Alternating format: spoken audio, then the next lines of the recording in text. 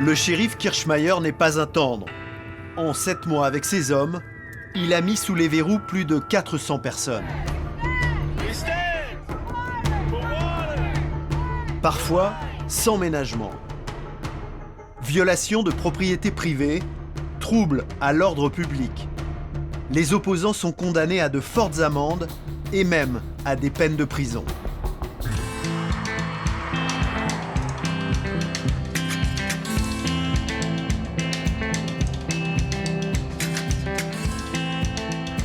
La route du Midwest, près de la frontière canadienne. Elle traverse les plaines agricoles du Dakota, sans personne ou presque, à part des chevaux et des bisons. Bienvenue au pays des Sioux.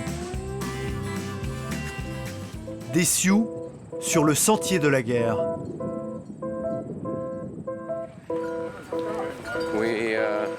Nous venons du site sacré où ont été profanées 27 tombes de nos ancêtres. On a prié pour eux et maintenant on se dirige vers le front. Nous venons en paix avec des chansons et des prières. Notre résistance est spirituelle.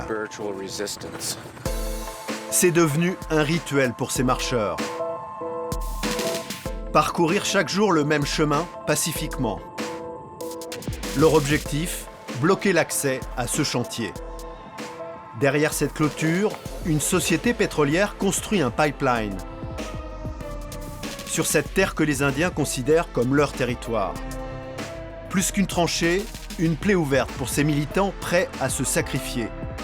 Le scénario est chaque fois le même, ils se laissent arrêter par la police et une fois libérés, ils recommencent. Le pipeline doit acheminer près d'1,5 million de barils de pétrole par jour du Dakota à l'Illinois, 1800 km du nord au sud. Budget, 4 milliards de dollars. Ce pipeline doit traverser la rivière Missouri et longer la réserve des Standing Rock Sioux. Pour les Indiens, il y a une grave menace de pollution, comme ici, dans la principale rivière du Michigan, où il y a 6 ans, un pipeline de la même société a provoqué l'une des plus grandes catastrophes écologiques du pays. Pour barrer la route au pipeline et empêcher la pollution de la rivière Missouri, leur principale réserve d'eau potable, les Standing Rock Sioux occupent ce terrain, d'où ils mènent depuis 7 mois une offensive pacifique, mais sans relâche. Les Sioux, un peuple mythique dans l'histoire du Far West. En 1876, leur chef Sitting Bull déclare la guerre au général Custer. Les Sioux et leurs alliés Cheyenne écrasent la cavalerie américaine. La bataille de Little Big Horn reste la plus belle victoire des Indiens sur l'envahisseur. 150 ans après, Sitting Bull s'est enfin trouvé un héritier. Un nouveau chef Sioux, Dave Archambault. Il porte le nom d'un trappeur français et une simple casquette de baseball rouge au lieu de la traditionnelle coiffe à plumes d'aigle. Archambault a déclaré la guerre au pipeline. On a commencé ce combat pour nos enfants, pour la prochaine génération. On veut être sûr de laisser un héritage derrière nous sans attendre. On ne veut pas leur laisser une eau contaminée. Quand les premiers opposants ont planté leur tipi, ils n'étaient qu'une poignée. Aujourd'hui, ils sont près de 4000. Et depuis, la résistance s'organise. Prières et cérémonies rythment le quotidien des protecteurs de l'eau comme ils se sont baptisés. Ici, un seul slogan, l'eau c'est la vie. Et la vie dans le camp, c'est d'abord cette cantine géante, à ciel ouvert, où se relaient tous les jours des cuisiniers bénévoles. Toutes les tribus amènent de la nourriture et on partage. C'est le système ici. Oui. Personne ne paye. Non, on échange. C'est la façon de faire des Lakota et des Indiens. Et des Indiens, il en arrive tous les jours.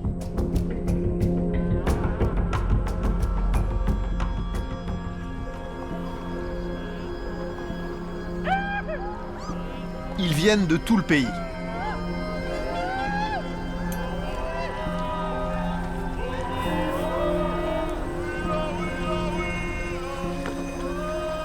Vous venez d'où?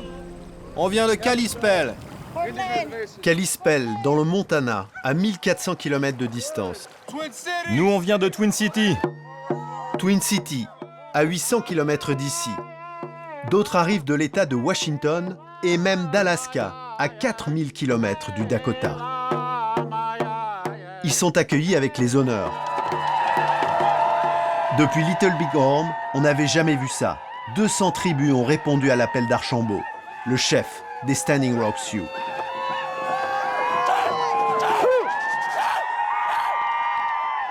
Je parle au nom de la Société des canoës. Nous sommes touchés de voir notre peuple relever la tête et lutter à vos côtés. Archambault se tourne alors vers le grand prêtre de sa tribu. C'est l'homme à la coiffe de plumes. Il s'appelle Looking Horse, cheval qui regarde. Je vais demander à notre chef spirituel de vous accueillir. On est ici ensemble en tant que tribu unifiée. Et je vous remercie d'avoir parcouru une aussi grande distance et d'être ici. Alors nous vous accueillons avec tous les honneurs.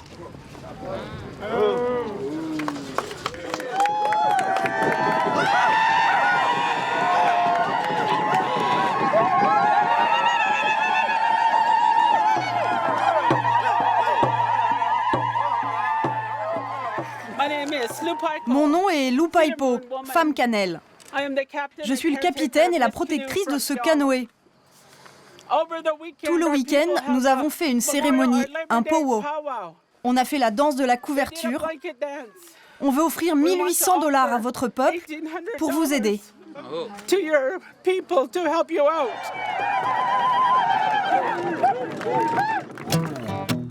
Dans leur camp, les Standing Rock Sioux ont leur propre radio.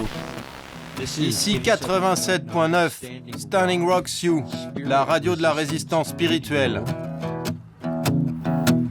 I was born on a reservation in 1973. Vous êtes sur 87.9. On ne peut pas m'entendre en ce moment car je n'ai pas de micro, mais ces deux-là jouent en direct. Robbie Romero, 43 ans, Apache du Nouveau-Mexique et musicien engagé. Cette chanson, il l'a composée pendant son séjour dans le camp. Et il a bien l'intention d'aller jusqu'au bout du combat. As we struggle for our lives against the Black Snake Dakota Access Pipeline.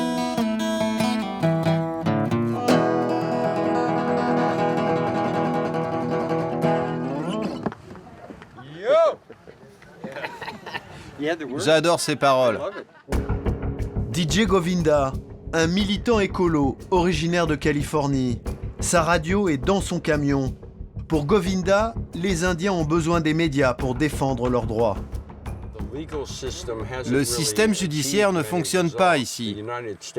L'Amérique est un pays illégal. Il n'applique pas les lois internationales. Il ne respecte pas non plus les traités signés avec les Indiens. Avant l'arrivée des Européens, les Indiens occupaient toute l'Amérique. Avec la colonisation, ils sont presque tous massacrés ou parqués dans des réserves. Comme les Sioux, qui signent en 1868 le traité de Fort Laramie. Voici le territoire initial de leur réserve. Depuis, ils en ont perdu les 2/3. Et voilà où passe le pipeline. Une spoliation et un génocide que personne ici n'a oublié.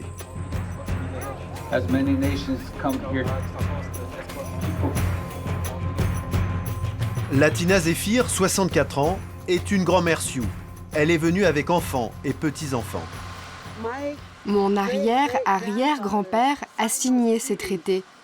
Il disait « Nos traités tiendront tant que la rivière coulera et que l'herbe sera verte. » Et ces accords n'ont jamais été respectés.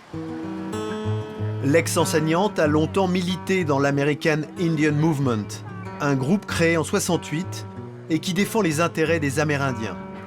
L'équivalent du Black Panther Party des Afro-Américains. C'est l'Amérique des Blancs, ce n'est plus notre Amérique. J'ai toujours dit à mes étudiants, soyez fiers de ce que vous êtes, fiers d'avoir survécu à la faim, d'avoir survécu alors qu'on vous a tiré dessus. Vous avez survécu au viol, vous avez survécu au génocide. Vous avez survécu à tout et vous êtes toujours vivants. Ils ne nous ont pas tous exterminés.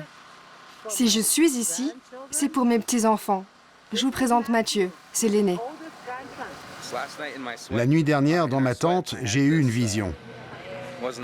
Et ce que j'ai vu, c'est une route très longue devant moi. J'ai demandé aux leaders d'ici ce que ça voulait dire. Et ils m'ont répondu, c'est juste le début du combat. Le combat des Sioux est d'abord juridique. Ils ont déposé 2 plaintes. La première contre le gouvernement qui aurait concédé un permis de construire sans les consulter. La deuxième contre l'entreprise qu'ils accusent de profaner des terres sacrées. Depuis, les ennemis s'observent. Un hélicoptère d'une milice privée surveille le camp. Les Indiens, eux, guettent le moindre mouvement de bulldozer. Et parfois, ils passent à l'action. Des actions non violentes, mais spectaculaires. Pour freiner les travaux, ils s'enchaînent au bulldozer. Ce jour-là, il faudra plus de 6 heures à la police pour couper ces liens.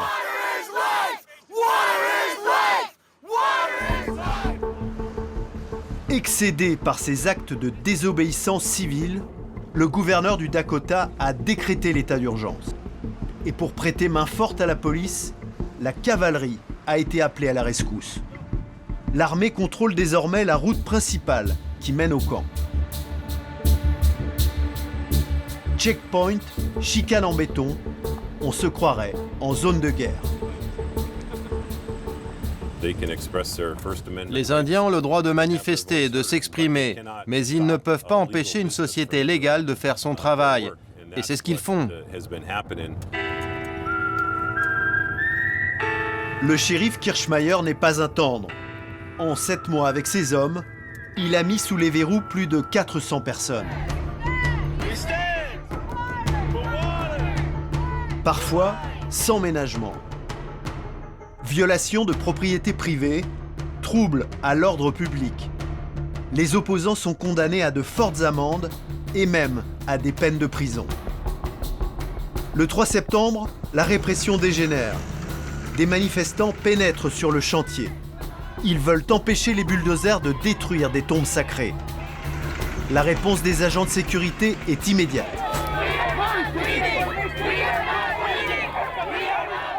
Ce mec m'a aspergé le visage de gaz lacrymogène. Regardez, il y en a partout sur mes lunettes. D'autres personnes se plaignent de brûlures. Et puis le ton monte.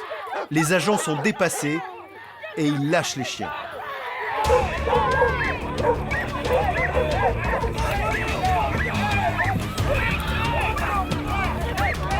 Ils ont lancé leurs chiens sur moi. Regardez, regardez. Bilan, 6 manifestants mordus, dont cette petite fille conduite à l'hôpital. Finalement, les agents battent en retraite. La société du pipeline refuse, elle, tout contact avec la presse. Elle rejette toutes les demandes d'interview. C'est le gouverneur de l'État qui doit s'y coller. Merci à tous d'être venus. Le gouverneur n'est pas venu seul. Derrière lui, le shérif Kirchmeier, le chef de la police et un général d'armée. Le gouverneur met en garde les manifestants. La presse, elle, accuse à demi-mot les autorités de complicité avec les agents du pipeline. Ça ne vous gêne pas que les agents de sécurité aient lâché leurs chiens sur les manifestants? Ils étaient sur une propriété privée. Ils n'ont pas le droit d'être là. Donc, ils sont mal placés pour se plaindre. On leur demandait juste de quitter les lieux, vous savez. Jusqu'ici, la cause des Sioux n'intéressait pas les grands médias américains. Mais une arrestation a changé la donne. Celle de Shailene Woodley, l'héroïne de Snowden, le dernier film d'Oliver Stone. Can you tell me anything about it? No, I can't. Shailene Woodley, c'est surtout la star de la saga culte Divergent. Comédienne et militante écolo dans la vie, la dernière coqueluche du cinéma américain est arrêtée le 10 octobre dernier par la police du Dakota. Elle filme en direct sur Facebook Live sa propre arrestation pour violation de propriété privée. Ils m'ont attrapé par la veste et m'ont ordonné de m'arrêter. Vous êtes en état d'arrestation pour violation de propriété privée. Je savais que ça arriverait. Vous, les grands médias, j'espère que vous regardez. En moins de 24 heures, la toile s'enflamme. La vidéo est vue plus de 4 millions de fois. Shailene Woodley encourt une amende de 1 500 $ et jusqu'à 1 mois de prison ferme. Sans décocher une seule flèche, armés de simples smartphones, les Sioux sont en train de gagner la bataille de l'image. Car dès le début, ils ont tiré parti des réseaux sociaux. Leonardo DiCaprio les soutient depuis la première heure et l'acteur Mark Ruffalo a fait le voyage du Dakota. À Washington, New York, Los Angeles, Chicago, toutes les grandes villes ont organisé des manifestations de soutien aux Indiens du Dakota. Le message est arrivé jusqu'à la Maison-Blanche. Le président Obama lui-même a choisi son camp.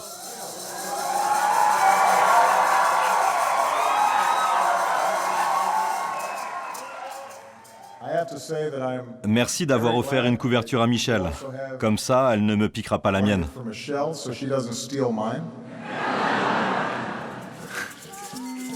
Retour dans le Dakota. Les renforts continuent d'arriver.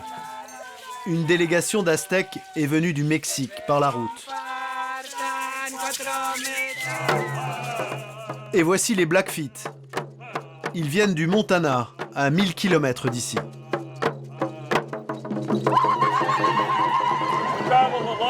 Nous venons de loin. Nous avons voyagé toute la nuit.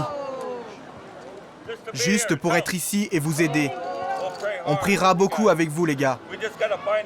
Maintenant, on veut juste trouver un endroit pour camper. Les Blackfeet ont apporté leur maison avec eux, mais pas leur sac de couchage, car ils dorment sur l'herbe. Il leur faudra une bonne heure pour monter ce tipi. Le plus léger et le plus agile fermera la porte derrière lui. Les Blackfeet aussi se sont battus contre un pipeline et des forages pétroliers sur leur terre du Montana. Et ils ont gagné. Une expérience précieuse pour venir aujourd'hui en aide à leurs frères Sioux. La nation des Blackfeet a combattu les sociétés pétrolières depuis plus de 30 ans maintenant. Et on a réussi à les stopper. Comme ça, on a sauvegardé nos terres sacrées. Ils viennent avec des valises bourrées de liquide, mais cet argent ne dure pas longtemps. Il disparaît, alors que l'esprit de notre peuple reste. La terre et l'eau préservent nos traditions, et c'est ça notre héritage. Les héritiers, les voici. Longtemps ravagés par la drogue et le chômage, ils ont aujourd'hui trouvé leur combat. Le pipeline du Dakota ne ressoude pas seulement les tribus, il réconcilie toutes les générations.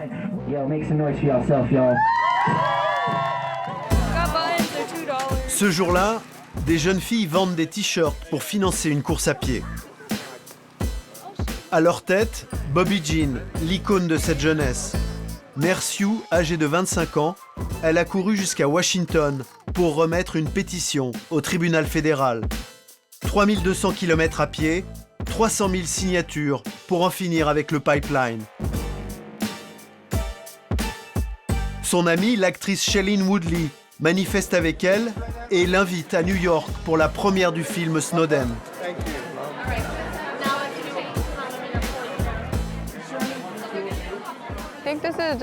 Ce n'est que le début de la reconquête de notre amour-propre. Je suis étonnée qu'il y ait autant de gens ici. À chaque fois que je reviens dans le camp, il est de plus en plus grand. Bismarck, capitale du Dakota du Nord.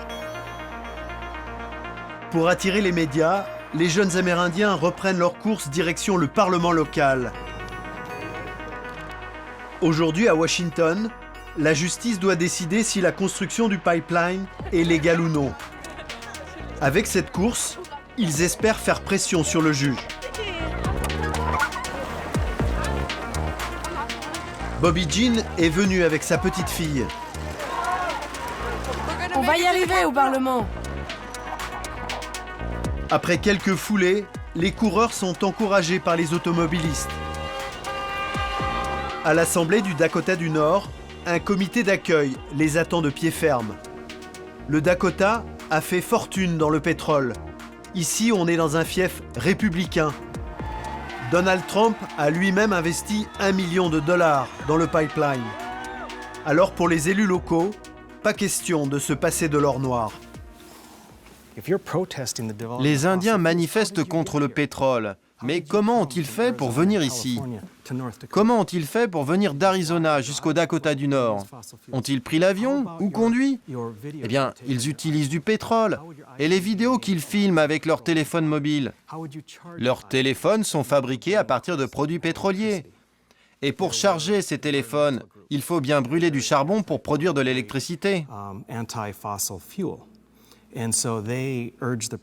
Les écologistes sont contre les énergies fossiles. Ils influencent les manifestants venus des quatre coins du pays. Et maintenant, les revendications des Indiens sont devenues environnementales. Les écologistes ont utilisé les Indiens comme des pions. Ici, on se méfie des activistes, qu'ils soient indiens ou écologistes. À ce déploiement de force, les Sioux répondent par une leçon de politesse.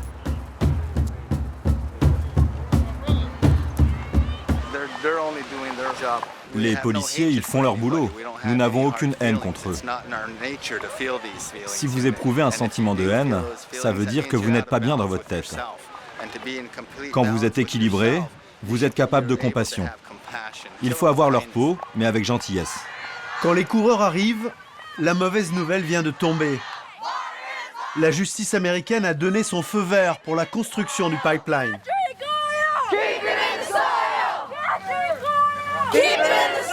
Bobby Jean va devoir remonter le moral de ses troupes. Notre but était de nous rassembler ici et nous avons réussi. Souvenez-vous de tous ces jours où nous courions seuls sur la route, nous les jeunes. Rappelez-vous la deuxième course, il pleuvait aussi. Toute la semaine, il a plu. Avec cette pluie, Mère Nature veut nous faire comprendre pourquoi nous courons. Elle ouvre notre esprit, nos yeux et nos oreilles, et même notre âme. Elle nous aide à savoir qui nous sommes. Nous allons continuer la lutte, aussi longtemps qu'il le faudra pour nous débarrasser de ce pipeline. Coup de théâtre. En plein discours de Bobby, un autre message est arrivé de Washington. Obama vient d'ordonner l'arrêt provisoire des travaux sur la rivière Missouri, propriété du gouvernement. Cette décision rend l'achèvement du pipeline impossible. Je me sens bien. Le gouvernement vient de décider l'arrêt des travaux de chaque côté de notre rivière.